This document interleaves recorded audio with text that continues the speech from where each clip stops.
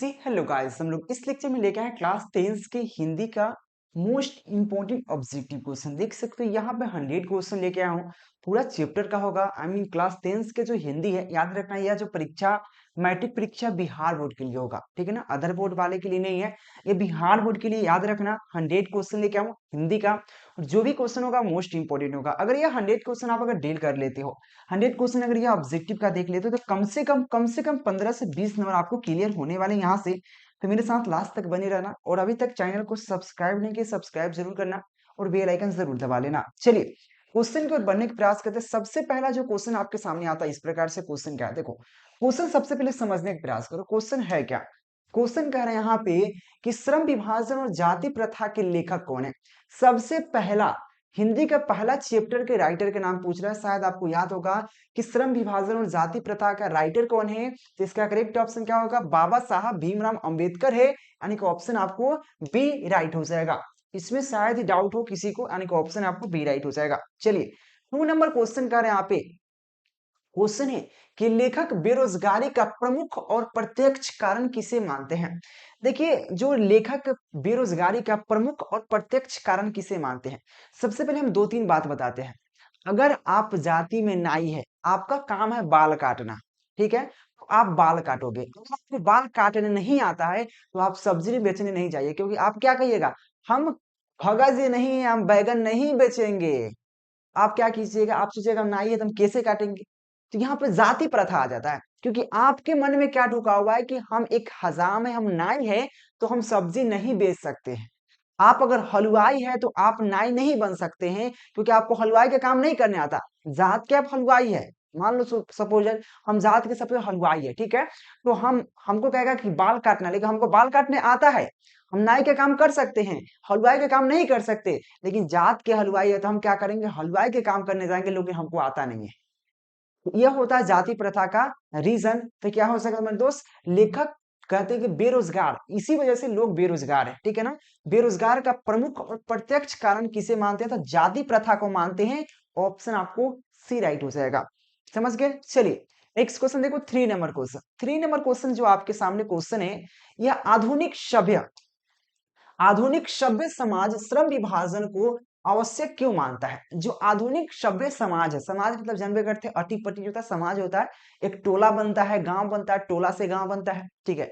तो यहाँ पे सभ्य समाज की बात हो रहा है, ठीक है ना। तो सभ्य समाज श्रम विभाजन को आवश्यक क्यों मानता है, यह क्वेश्चन कहा गया है। कार्य कुशलता के लिए, भाईचारों के लिए, और उसके यहाँ पे रूढ़िवर्ता के लिए, इनमें से कोई नहीं। ये इसका करेक्ट ऑप्शन क्या हो सकेगा बताना, फटाफट आपको कमेंट करते जाना है, ठीक है ना मेरे दोस्त। फटाफट यहाँ पे कमेंट करते जाना है कि आपका क्या इसमें से सही होना चाहिए, ठीक है ना। तो फटाफट जवाब दो, बहुत इजी क्वेश्चन है।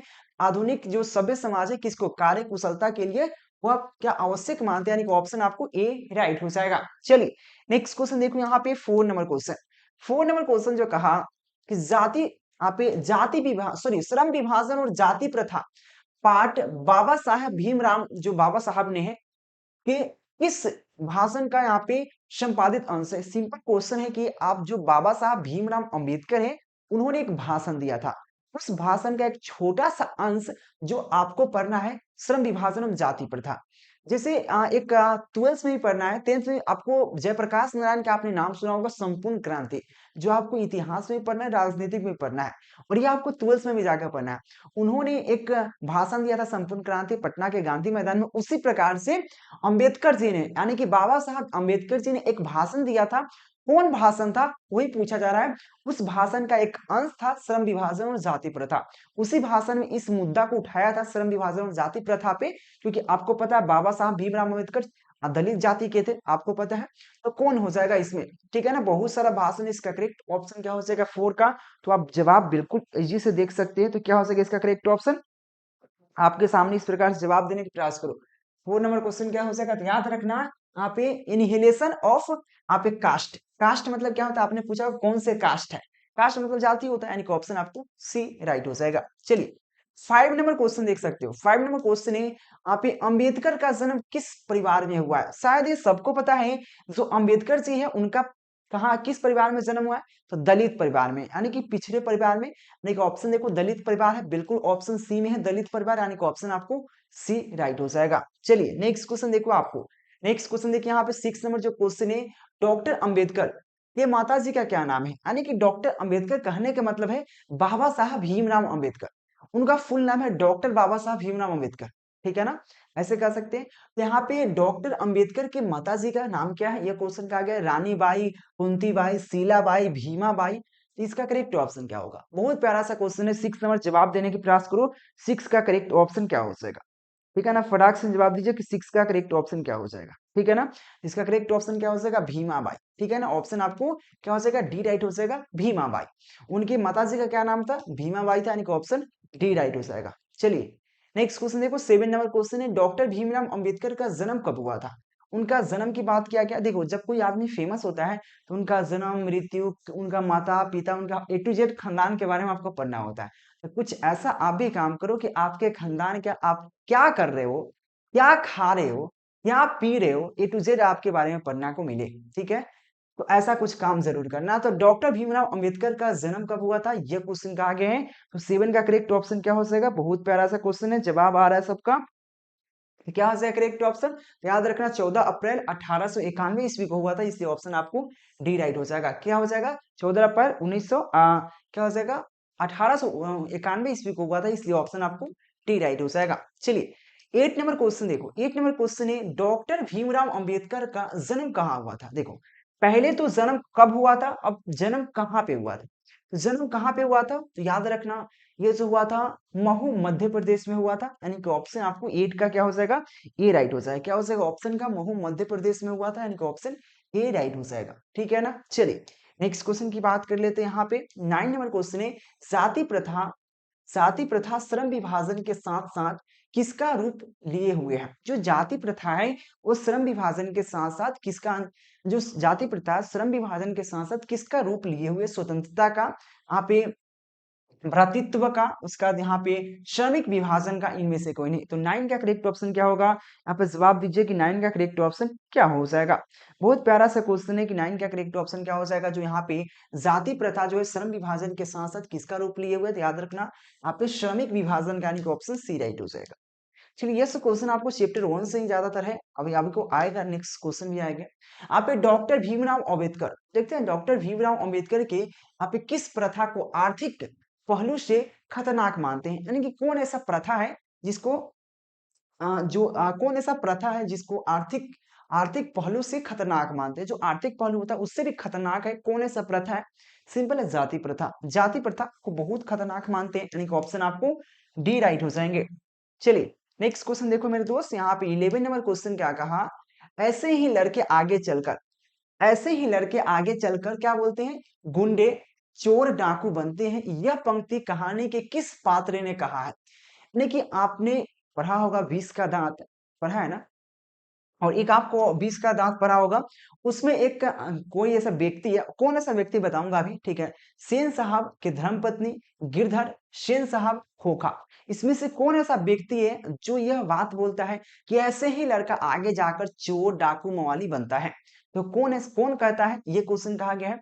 बहुत प्यारा सा क्वेश्चन है। तो इसका करेक्ट ऑप्शन क्या हो जाएगा? बताने का प्रयास करो कि कौन कहता है। तो इसका करेक्ट ऑप्शन क्या हो जाएगा? आपको यहाँ पे सेन साहब कहते हैं, यानी कि ऑप्शन आपको सी राइट हो जाएगा। चलिए नेक्स्ट क्वेश्चन देखिए यहाँ पे 12 नंबर क्वेश्चन है, 20 के दांत शीर्षक कहानी के कहानीकार कौन है? तो 20 के दांत जो कहानी है उस कहानी के कहानीकार कौन है? तो नलिन बिलोचन शर्मा है, यानी कि ऑप्शन आपको डी राइट हो जाएगा, नलिन बिलोचन शर्मा। चलिए नेक्स्ट क्वेश्चन देखो, ये हिंदी है, शायद इसमें कुछ समझने वाली बात है। ठीक है, खोखा का क्या नाम है? तो खोखा का कासू नाम है। तो क्या हो जाएगा? खोखा का क्या नाम होता है मेरे दोस्त? तो खोखा का जो ऐसे खोखा नाम होता है, लेकिन सबको उसको कासू के नाम से जानता है। आपने पढ़ा होगा तो शायद याद होगा कि खोखा को हम लोग कासू के नाम दिया जाता है। तो क्या हो जाएगा करेक्ट ऑप्शन? तो यहाँ पे कासू, ऑप्शन सी राइट हो जाएगा। देखिए कासू सभी है, किसी, किसु है, कासू है, कासू, लेकिन यहाँ पे हर्षुकार, यानी कि ऑप्शन सी राइट हो जाएगा। चलो हर्षुकार दीर्घकार में जरूर ध्यान रखना। चलिए यहाँ पे बात करते हैं, 14 नंबर क्वेश्चन है, सेन साहब अपने पुत्र खोखा को बनाना चाहते थे। तो सेन साहब अपने पुत्र को क्या बनाना चाहते? इंजीनियर, या उनको क्या बना, बिजनेसमैन बनाना चाहते थे, यानी कि ऑप्शन ए राइट हो जाएगा। बिजनेसमैन या इंजीनियर बनाना चाहते थे, और इसी वजह से उसका क्या करता था, बचपन से ही उस खोखे यानी जो कासू है उसको लोहार के साथ लगा देता था, लोहार के साथ, इससे वो ठोकना, कुछ बनाना सीख जाए। लेकिन यह बेवकूफी था, ऐसे कुछ नहीं होता। इंजीनियर बनने के लिए सबसे पहले पढ़ना जरूरी है। ठीक है ना, यानी कि ऑप्शन ए राइट हो जाएगा। अगर आपने कहानी पढ़ा होगा तो आपको पता होगा, अन्यथा नहीं, कोई बात नहीं। विष के दांत पाठ के विद्या है। जो विष के दांत पाठ है वो कैसी विद्या है? वो निबंध है, यहाँ पे व्यक्ति चित्र है, उसके बाद कविता है, कहानी है। तो विष के दांत कैसी विद्या है, यह क्वेश्चन कहा गया है। बहुत प्यारा सा क्वेश्चन है। तो विष के दांत आपको पहले ही है, एक प्रकार का कहानी है, यानी कि ऑप्शन आपको डी राइट हो जाएगा। चलिए नेक्स्ट क्वेश्चन की बात कर लेते हैं। यहाँ पे नेक्स्ट क्वेश्चन क्या कहा, बहुत प्यारा सा क्वेश्चन आ गया आपके सामने कि सेन साहब की कार की कीमत कितनी है। जो सेन साहब है उनकी कार एक है, उस कार की कीमत क्या है, गाड़ी होता है, उस गाड़ी की कीमत क्या है, ठीक ना। ये क्वेश्चन क्या है, 7,500, 8,500, यहाँ पे 9,500, 7.5 लाख। तो बताना दोस्त, यहाँ पे सेन साहब के जो गाड़ी गाड़ी है उनकी कीमत कितना है, ये क्वेश्चन कहा गया। तो उनकी कीमत कितना होता है, तो याद रखना 7,500 होता है, यानी कि ऑप्शन आपको ए राइट हो जाएगा, ठीक है ना। चलिए मेरे दोस्त नेक्स्ट क्वेश्चन की बात कर लेते हैं।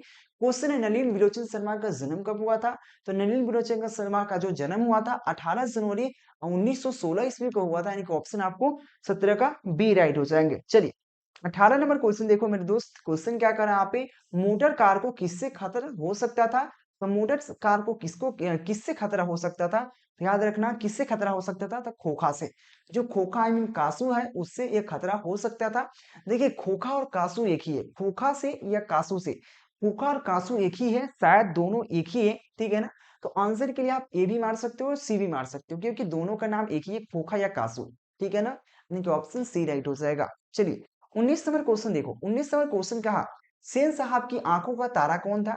तो सेन साहब को आंखों का तारा मतलब समझिए, कोई घर का सबसे बिगड़ा नालायक बेहुदा जो कह लो, सबसे जो बंदा होता है उसी को तारा, क्योंकि इसलिए बोलते हैं ना, इतना घर का प्यारा बन जाता है ना। घर का जब कोई बंदा एक होता है ना, अकेला, यानी कि ना उम्मीद होने पर भी, अगर उम्मीद नहीं है फिर भी अगर कोई घर में अगर बच्चा आ जाता है, ठीक है, अगर बुढ़ापे में, क्योंकि उसको उम्मीद नहीं था कि हमको एक बेटा भी हो सकता है सेन साहब को, लेकिन ना उम्मीद होते हुए भी एक बेटा हो गया, इसलिए वो इतना दुलारा प्यारा से पला था ना कि किसी को कुछ समझता ही नहीं था। अपने फिल्म भी देखा होगा कि नालायक बिगड़ा बाप के बेटा पर उड़ता सा है, आप लोग भी उड़ते होंगे, पापा पैसा कमा के ले आते होंगे मेहनत से, और जाके आप लोग उड़ा के आते होंगे, सेम है। तो क्या कहा, किससे खतरा, मतलब यहाँ पे सेन साहब की आंखों का तारा का मतलब सबसे प्यारा, सबसे प्यारा, सबसे दुलारा कौन था, तो खोखा था। वो जो भी मांगता था वो पूरा हो जाता था, क्योंकि इकलौता बेटा था, ठीक है, और न चाहे फिर तब भी आ गया था, उनको उम्मीद भी नहीं था कि हमको बेटा होगा, तब आ गया था, इसलिए सबसे ज्यादा और प्यारा बन गया था, इसलिए क्या हो जाएगा, खोखा का, यानी कि ऑप्शन बी राइट हो जाएगा। ध्यान रखना खोखी भी लिखा हुआ है, खोखी मत मारना, खोखा मारना, ध्यान से, कभी कभी आपको कंफ्यूज में खोखी मत मार देना, याद रखना खोखा आई मीन कासू से कासू था, यानी कि ऑप्शन बी राइट हो जाएगा। चलिए 20 नंबर क्वेश्चन क्या कर रहा है यहाँ पे, खोखा के दांत किसने तोड़ा था। तो खोखा के दांत किसने तोड़ा था, तो मदन ने तोड़ा था। जो गिरधर है, गिरधर के बेटा मदन था, मदन ने तोड़ा था, यानी कि ऑप्शन आपको ए राइट हो जाएगा। ये खोखा का दांत किसने तोड़ा था, तो मदन ने तोड़ा था, यानी कि 20 का ए राइट हो जाएगा। तो आप लोग जवाब दे रहे हो कि नहीं, फटाफट, हम कमेंट नहीं पढ़ रहे हैं तो जवाब देने की प्रयास करो, आप फिट है, फटाफट जवाब देने की प्रयास करो मेरे दोस्त, ठीक है। चलिए नेक्स्ट क्वेश्चन देखो, यहाँ पे क्वेश्चन कहा गया है, क्वेश्चन है यहाँ पे, सीमा, रजनी, आलो, शेफाली, आरती पांचों किसकी बहन थी। ये बहुत प्यारा सा क्वेश्चन है। देखो खोखा 5 बहन के बाद एक खोखा आया था, इसीलिए आंखों का तारा था, क्योंकि उसकी 5 बहनें थी, और 5 बहन का नाम था, एक सीमा था, रजनी थी, आलो थी, शेफाली थी, आरती थी, और पांचों के पांचों खोखा की बहन थी, यानी कि ऑप्शन आपको बी राइट हो जाएगा, इसीलिए सबसे आंखों का तारा है। जिसका देखना, अगर जिसके घर में अगर 5-6 औलादी उसकी बहन है और सबसे छोटा अगर भाई है ना, तो सबसे ज्यादा दुलारा प्यारा होगा, उस पर सबसे ज्यादा जो कहेगा वो पूरा, क्योंकि आपको पता है 5-6 अगर किसी का अगर बेटी हो और बाद में लड़का हो लास्ट में, तो सोच ही सकते हो कि 5 बेटी हुआ, उसके बाद एक बेटा हुआ, तो कितना वो प्यारा होगा, और कितना उसका समझ ही सकते हो, यानी कि ऑप्शन बी राइट हो जाएगा। चलो यहाँ पे 22 नंबर क्वेश्चन का है, मदन किसका पुत्र था। तो मदन गिरधर का पुत्र था, अभी जस्ट बताया, क्योंकि जो गिरधर है उसका बेटा मदन था, मदन ने ही खोखा को आई मीन कासू का दांत तोड़ा था, ठीक है ना। यानी कि किसके खेल में, तो लट्टू के खेल में, लट्टू आपने खेला होगा, लट्टू ऐसे फेंका होगा रस्सी बांध के, ऐसे फेंका जाता है लट्टू, ठीक है ना, लट्टू के खेल में तोड़ा था, यानी कि ऑप्शन आपको बी राइट हो जाएगा। शायद अगर आपने पढ़ा होगा तो याद है, नहीं पढ़े होंगे तो राम भला तो सब भला, से बात है। चलो 23 नंबर क्वेश्चन है यहाँ पे, नलिन बिलोचन शर्मा का जन्म कहाँ हुआ था? जो नलिन बिलोचन शर्मा उनकी जन्म कहाँ हुआ था, ये क्वेश्चन कहा गया। जवाब देने का प्रयास करो कि नलिन बिलोचन शर्मा का जन्म कहाँ हुआ था। जवाब दो यहाँ पे कहाँ हुआ था, तो यहाँ पे बारघाट पटना, ठीक है ना, बरघाट पटना में हुआ था, यानी कि ऑप्शन सी राइट हो जाएंगे। चलिए नेक्स्ट क्वेश्चन की बात कर लेते हैं। मैक्समुलर को वेदांतों का वेदांती किसने कहा है? तो मैक्समुलर जो है उनको वेदांतियों का वेदांत किसे कहा है? तो याद रखना स्वामी विवेकानंद जी ने कहा, यानी कि ऑप्शन आपको यहाँ पे बी राइट हो जाएंगे। और ये क्वेश्चन आपको बार बार एग्जाम में आने वाला क्वेश्चन है। चलिए 25 नंबर क्वेश्चन यहाँ पे, क्वेश्चन कहा गया है यहाँ पे, नालंदा विश्वविद्यालय कहाँ स्थित है? नालंदा विश्वविद्यालय, और एक बच्चा ने हम पूछे नालंदा विश्वविद्यालय कहाँ है, तो गुजरात। अरे भैया नालंदा विश्वविद्यालय अपने बिहार में है, आपने सुना होगा नालंदा विश्वविद्यालय। नालंदा एक जिला है, जाकर आप चेक करो, नालंदा बिहार शरीफ के बगल में, राजगीर के बगल में आपको नालंदा विश्वविद्यालय है, जो दुनिया का सबसे पहला विश्वविद्यालय, पुराना विश्वविद्यालय है मेरे दोस्त।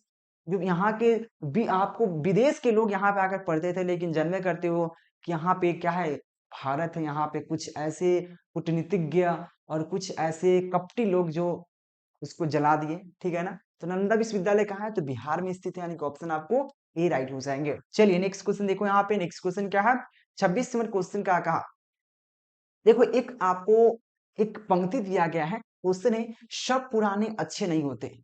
जो सब पुराना है, जो पुराना चीज सब अच्छा नहीं होता, और सब नया चीज खराब नहीं होता।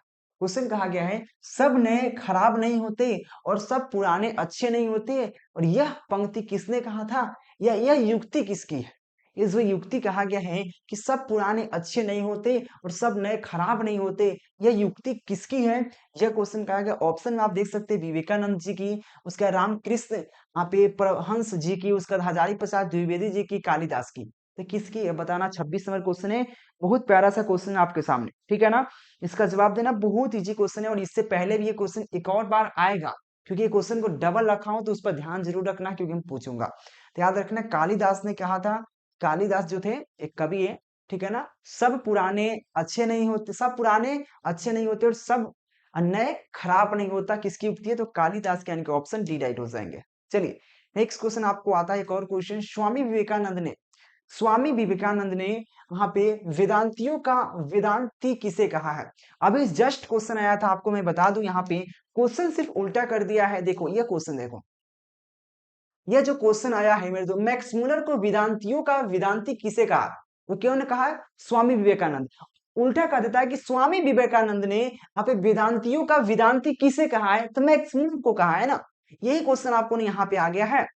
यहाँ पे 27 नंबर क्वेश्चन देखो, स्वामी विवेकानंद ने वेदांतियों का वेदांती किसे कहा है, तो मैक्स मुलर को कहा है, यानी कि ऑप्शन आपको सी राइट हो जाएगा। क्वेश्चन को सिर्फ उल्टा है, क्वेश्चन सेम है, क्वेश्चन को सिर्फ उल्टा है, ठीक है ना मेरे दोस्त। चलिए नेक्स्ट क्वेश्चन की बात कर ले। 28 नंबर क्वेश्चन क्या कहा, किसके अध्यक्ष यहाँ पे अध्यक्ष क्षेत्र में भारत के कारण यहाँ पे नवजीवन का संचार हो चुका है। क्वेश्चन कह रहा है यहाँ पे, किसके अध्यक्षता क्षेत्र में, किसके अध्यक्षता क्षेत्र में भारत के कारण यहाँ पे नौजीन का संचार हो चुका है, ये क्वेश्चन कहा गया है।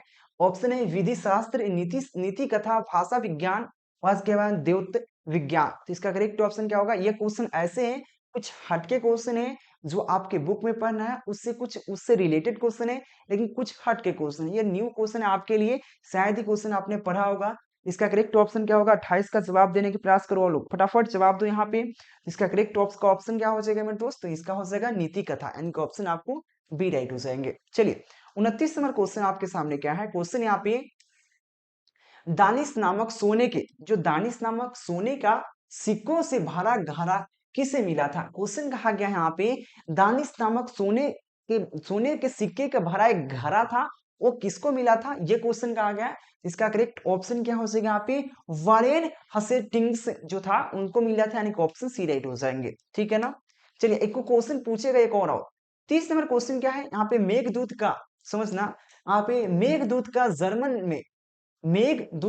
जर्मन में यहाँ पे अनुवाद किसने किया? जो क्वेश्चन कहा गया, जो मेघदूत है, ठीक है ना, मेघदूत जो होता है उसका जर्मन में अनुवाद किसने किया, ये क्वेश्चन कहा गया। तो अनुवाद किसने किया, ये क्वेश्चन याद रखना, मैक्स मुलर ने किया था, यानी कि ऑप्शन आपको सी राइट हो जाएंगे। चलिए नेक्स्ट क्वेश्चन देखो मेरे दोस्त, 31 नंबर क्वेश्चन क्या कहा, मैक्समूलर ने किस वर्ष की अवधि में, मैक्समूलर ने किस वर्ष की अवधि में यहाँ पे लिपलिंग विश्वविद्यालय में संस्कृत का अध्ययन प्रारंभ किया। क्वेश्चन एक बहुत प्यारा सा है कि मैक्समूलर जी ने किस वर्ष की उम्र में उन्होंने संस्कृत का अध्ययन जो है यहाँ पे लिपजिंग जो विश्वविद्यालय उसमें संस्कृत का अध्ययन प्रारंभ किया, आई मीन शुरू किया।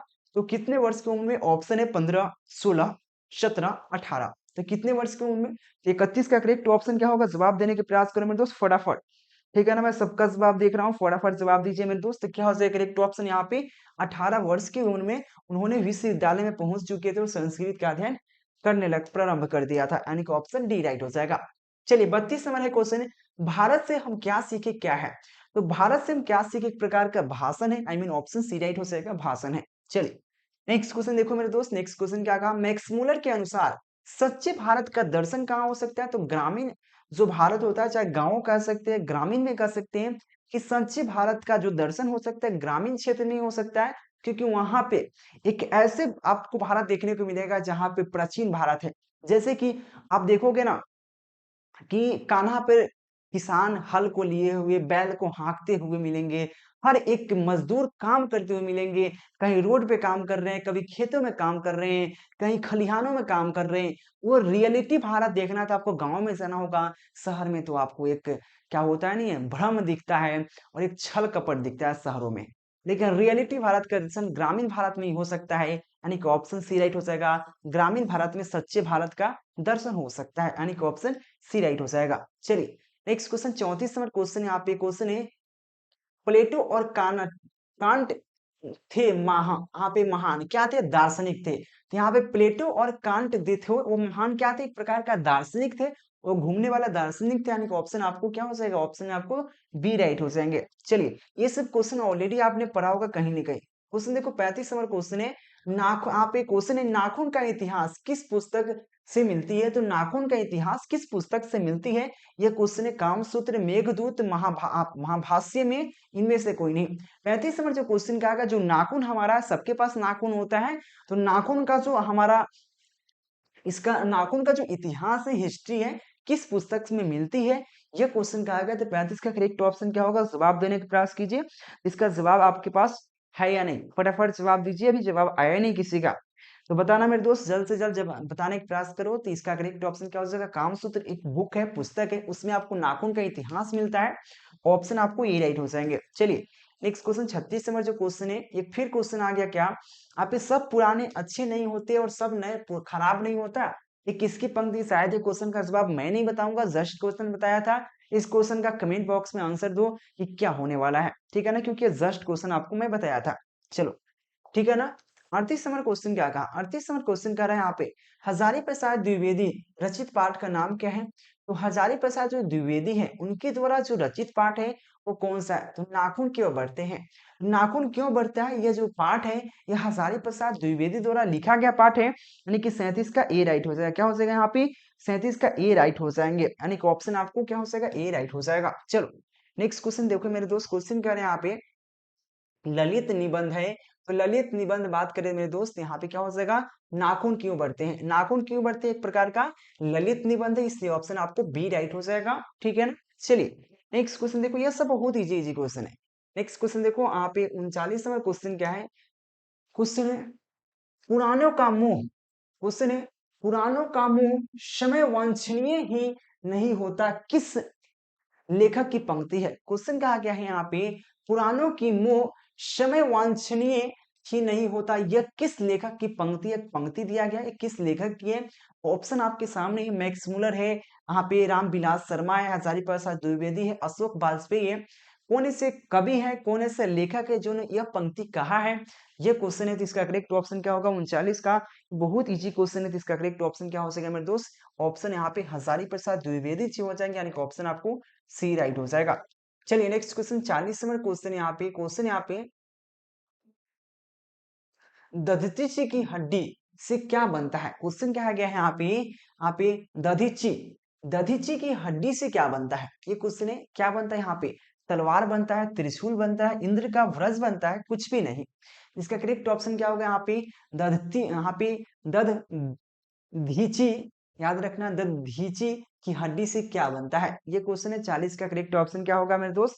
यह जवाब देने की प्रयास करो तो याद रखना इससे हम क्या रखते हैं, इंद्र का व्रस बनता है, यानी कि ऑप्शन सी राइट हो जाएंगे। चलिए नेक्स्ट क्वेश्चन देखो, 41 नंबर जो क्वेश्चन है, हजारी प्रसाद द्विवेदी का जन्म कब हुआ था? ये क्वेश्चन कहा गया हजारी प्रसाद जो द्विवेदी जी हैं उनका जन्म कब हुआ था? ये क्वेश्चन है 1905 में, 1907 में, 1909 में, 1911 में। इसका करेक्ट ऑप्शन क्या हो सकेगा? बहुत इजी क्वेश्चन है, तो इसका करेक्ट ऑप्शन हो जाएगा 1907 ईस्वी में हुआ था, यानी कि ऑप्शन आपको बी राइट हो जाएंगे 1907 ईस्वी। चलिए नेक्स्ट क्वेश्चन की बात कर लेते हैं। 142 सॉरी 42 नंबर जो क्वेश्चन है, यहाँ पे नाखून आई मीन जिसको नख भी कहते हैं, नाखून किसका प्रतीक है? तो नाखून किसका प्रतीक है? ऑप्शन है मानवता का, पशुता का, ए और बी दोनों इनमें से कोई नहीं। जो नाखून होते हैं वो किसका प्रतीक है? पशुता का है, मानवता का है, किसका है मेरे दोस्त? इसका करेक्ट ऑप्शन क्या हो सकेगा? 42 का जवाब देने के प्रयास कीजिए फटाफट मेरे दोस्त, एक बार जवाब देना। इसका क्या हो सकेगा? याद रखना पशुता का प्रतीक है, यानी कि ऑप्शन आपको बी राइट हो जाएंगे। चलिए नेक्स्ट क्वेश्चन देखो, 43 नंबर जो क्वेश्चन है, लेखक का अनुसार मनुष्य के नाखून किसके यहाँ पे किसके जीवांत प्रतीक है? क्वेश्चन कहा गया है कि लेखक जो है, लेखक के अनुसार मनुष्य के नाखून किसके जीवांत प्रतीक है? किसके जीवांत प्रतीक है मेरे दोस्त? ये क्वेश्चन है मनुष्य यहाँ पे मनुष्यता का, यहाँ पे सभ्यता का, यहाँ पे पाशवी वृत्ति का, उसका संदर्भ का। तो किसका हो जाएगा मेरे दोस्त? 43 नंबर क्वेश्चन है, बहुत प्यारा सा, बताना मेरे दोस्त 43 का करेक्ट ऑप्शन क्या हो जाएंगे? तो क्या हो सके इसका? तो करेक्ट ऑप्शन आपके सामने हो जाएगा यहाँ पे पाशवी वृत्ति का, यानी कि ऑप्शन आपको सी राइट हो जाएगा 43 नंबर क्वेश्चन का। ठीक है ना? चलिए जवाब दीजिए। नेक्स्ट क्वेश्चन आपके सामने है 44 नंबर क्वेश्चन क्या कहा? 44 नंबर जो क्वेश्चन है, सहजात वृत्तियां, सहजात वृत्तियां किसे कहा जाता है? यहाँ पे सहजात वृत्तियां किसे कहा जाता है? ये क्वेश्चन है कि सहजात वृत्तियां किसे कहा जाता है। तो इसका करेक्ट ऑप्शन क्या हो जाएंगे? यहाँ पे 44 नंबर क्वेश्चन है शास्त्रों के संचयन के, उसके बाद यहाँ पे अनजान सम समृद्धियों के, उसका स्व के बंधन को, उस उपयुक्त सभी। यहाँ पे क्वेश्चन है सहजात वृत्तियां किसे कहा जाता है? तो सहसात वृत्तियां किसे कहा जाता है? 44 नंबर क्वेश्चन है, तो याद रखना इसको क्या कहा जाता है? याद रखना यहाँ पे अनजान समृद्धियों को कहा जाता है, यानी कि ऑप्शन बी राइट हो जाएंगे। चलिए नेक्स्ट क्वेश्चन देखो, यहाँ पे 45 नंबर जो क्वेश्चन कहा द्विवेदियों से, क्वेश्चन है द्विवेदी जी से किसने पूछा था कि नाखून क्यों बढ़ता है? तो द्विवेदी थी कि जो लड़की थी, याद रखना उनकी जो बेटी है हजारी प्रसाद द्विवेदी जो राइटर है, उनके मन में जहाँ पे नाखून क्यों बढ़ता है ये सवाल कहाँ से पैदा हुआ था? तो उनकी जो एक बेटी थी, उनसे बेटी एक सवाल पूछती है, जब खाना खाने आते हैं वो द्विवेदी जी लेखक जो है, जब आते हैं खाना खाने तो उनसे एक सवाल करती है उनकी छोटी बेटी कि जो नाखून क्यों बढ़ता है? इस पर तो उनके मन में एक सवाल, सही बात रीजन है उसका, भाई क्यों बढ़ता है? उनके मन में एक प्रश्न उठ गया, भाई क्यों बढ़ता है? उनके पास कोई जवाब नहीं था उस टाइम, कोई जवाब नहीं है, लेकिन इस पर क्या किए उन्होंने रिसर्च किया। ठीक है, सोचा समझा तब उन्होंने एक चैप्टर बना दिया नाखून क्यों बढ़ता है। ठीक है ना? तो नाखून यहाँ पे द्विवेदी जी, यानी कि पूरा नाम हजारी प्रसाद द्विवेदी जी ने, यानी किसने द्विवेदी जी से किसने पूछा था कि नाखून क्यों बढ़ता है? तो उनकी लड़की ने पूछा था, यानी कि लड़की ने, यानी कि ऑप्शन आपको बी राइट हो जाएगा 45 नंबर क्वेश्चन का। क्योंकि देखो कभी से होता है ना, ठीक है, वो बहुत क्या बोलते हैं ना, जहां ना पहुंचे रवि वहां पहुंचे कवि।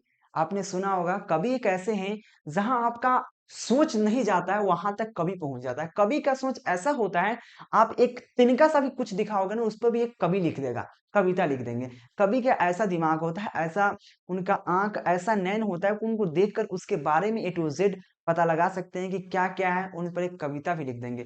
कवि का दिमाग ऐसा, आपने सुना होगा जहां ना पहुंचे रवि वहां पहुंचे कवि। ठीक है ना?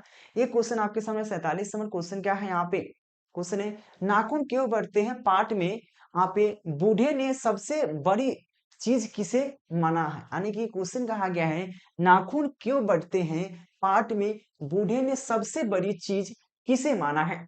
सबसे बड़ी चीज किसे माना है? ये क्वेश्चन है 47 नंबर क्वेश्चन है। इसका करेक्ट ऑप्शन क्या होगा? जवाब देने के प्रयास कीजिए, बहुत प्यारा सा क्वेश्चन है। ठीक है ना? इसका करेक्ट ऑप्शन क्या हो जाएगा? तो प्रेम, यानी कि बूढ़े ने सबसे बड़ी चीज क्या माना है? तो प्रेम को माना है, यानी कि ऑप्शन आपको ए राइट हो जाएगा। चलिए 48 नंबर क्वेश्चन देखिए, 48 नंबर क्वेश्चन क्या है? क्वेश्चन है केरल के शासकों द्वारा, जो केरल राज्य आपने सुना होगा केरल, तो केरल के शासकों द्वारा यहाँ पे सिक्के पर वीर, सिक्के पर वीर केरलस्य शब्द किस लिपि से ली गई है? केरल से जो यहाँ पे एक शब्द है वो किस लिपि से ली गई है, तो देवनागरी लिपि आपको पढ़ना है, तो देवनागरी। और शायद हम जो यह फॉर्मेट बनाएंगे देवनागरी लिपि में ही है। जो देवनागरी लिपि का जो हमारा फॉर्मेट है दिख रहा है आपके सामने, जो लिखा हुआ है देवनागरी लिपि में ही लिखा हुआ है, ठीक है ना, देवनागरी चलता है मेरे दोस्त, यानी कि ऑप्शन आपको ए राइट हो जाएगा, देवनागरी लिपि में लिखा गया, ठीक है ना, नागरी लिपि यानी कि ऑप्शन आपको ए राइट हो जाएगा। चलिए नेक्स्ट क्वेश्चन देखो, यहाँ पे 49 नंबर क्वेश्चन क्या कहा, यहाँ पे नागरी लिपि शीर्षक निबंध के निबंधकार कौन है। जो नागरी लिपि शीर्षक निबंध के निबंधकार कौन है, तो गुणाकर मूल्य से है, यानी कि ऑप्शन आपको क्या हो जाएगा, ए राइट हो जाएगा। सब अगर चैप्टर के राइटर का नाम याद जरूर रखना है, ठीक है ना, आपको मेन बुक है उसका भी, और आपको सेकेंड में पढ़ना है उसको भी याद रखना, ठीक है ना, जिसमें दही वाले मंगम्मा, आपको उसमें बहुत सारा चैप्टर पढ़ना है। 50 नंबर क्वेश्चन क्या कहा, 50 नंबर जो क्वेश्चन है, एशिया की, क्वेश्चन एशिया की, एशिया की 14वीं 15वीं सदी के, क्वेश्चन एशिया की 14वीं 15वीं सदी के यहाँ पे विजयनगर के शासकों, विजयनगर के शासकों ने अपने लेखकों की लिपि को क्या कहा। क्वेश्चन कहा गया 14वीं 15वीं, यानी कि जो 14वीं 15वीं जो सदी था, शताब्दी था, आपने पढ़ा होगा 14वीं शताब्दी 15वीं शताब्दी, उसी प्रकार से क्वेश्चन का है। आप इसी आप जो ईसाई लोग थे, एशिया की यहाँ पे 14वीं 15वीं सदी के विजयनगर के आप इस शासकों ने अपने लेखक को, लिपि को क्या कहा है, तो क्या नंदी लिपि कहा है। क्या कहा है मेरे दोस्त, आप नंदी नागरी कहा है, नंदी नागरी या नंदी लिपि, यानी कि ऑप्शन ए राइट हो जाएगा, नंदी नागरी। देवनागरी यहाँ पे गुजराती या ब्राह्मणी नहीं होगा, याद रखना नंदी नागरी हो जाएगा, यानी कि ऑप्शन आपको ए राइट हो जाएंगे। और अभी तक आपने चैनल को सब्सक्राइब नहीं किया है, हमने फर्स्ट में बताया था, सब 50 खत्म होने के बाद बता रहा हूँ, तो प्लीज एक बार चैनल को सब्सक्राइब करना और बेल आइकन जरूर दबाना। और अभी तक आपने नोट्स पीडीएफ नहीं लिया तो नंबर आपको नीचे एक चल रहा है, आपको इस पर कांटेक्ट जरूर करना। और साथ में टेलीग्राम और इंस्टा का भी लिंक है, एक बार जाकर ज्वाइन जरूर करना, वहां पे हर एक इन्फॉर्मेशन आपको मिल जाएंगे। तो इस लेक्चर में इतना ही रखूंगा, तो thank you watching for this video.